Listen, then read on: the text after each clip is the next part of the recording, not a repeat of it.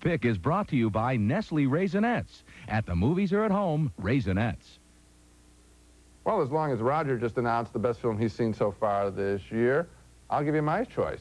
Our Oscar pick this week is a brilliant film nominated for Best Documentary. It's called The Long Way Home, and it follows, over 3 tumultuous years, the journey of European Jews after their liberation from the hideous concentration camps in 1945 to their participation in the founding of the State of Israel in 1948. Filmmaker Mark Jonathan Harris, who has already won 1 Oscar for a short documentary he made a few years ago, makes the point that the suffering and struggles of the Jews hardly ended when the camps were liberated by invading Allied forces. Indeed, a survivor reports that many Jews were humiliated by the way the soldiers looked at them. A moment after that first soldier threw up, a strange thing happened among the prisoners.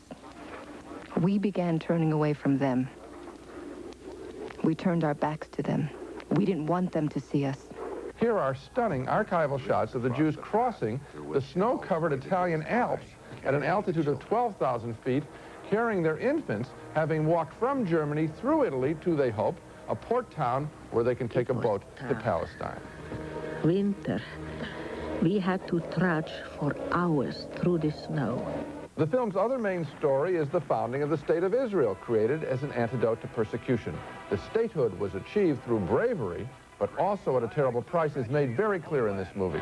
2 truckloads of explosives blown up in the heart of Jerusalem's business section, killing almost 60 persons and wrecking some 1,000 buildings. The Arab High Command boasts of its responsibility for this act of frightfulness. In a remarkable interview of stunning historical significance, presidential advisor Clark Clifford, working for Harry Truman in 1948, tells how then Secretary of State George Marshall actually threatened Truman if Truman were to go ahead and support Israel.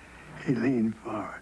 He said, "Mr. President, let me tell you something. If you were to select the policy that Clifford has presented to you today, I would be unable to vote for you in the election this coming November."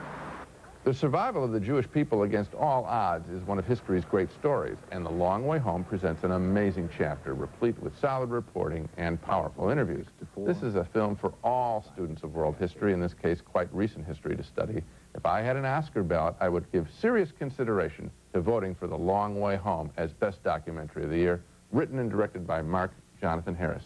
It's our Oscar pick of the week. You know, the thing is, Gene, a lot of people, in terms of their own understanding of that history that you're talking about, would tell you that, gee, the Allies went in and liberated the Jews from the camps, and that was the happy ending. Right.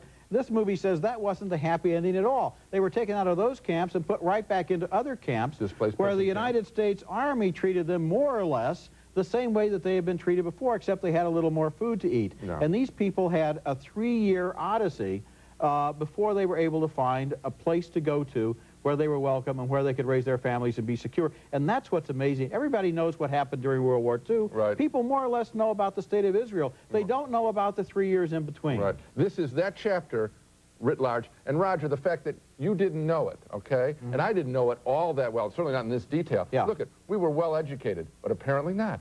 This chapter... It was a chapter that wasn't told. Exactly right. That's the great service of The Long Way Home. Now let's recap.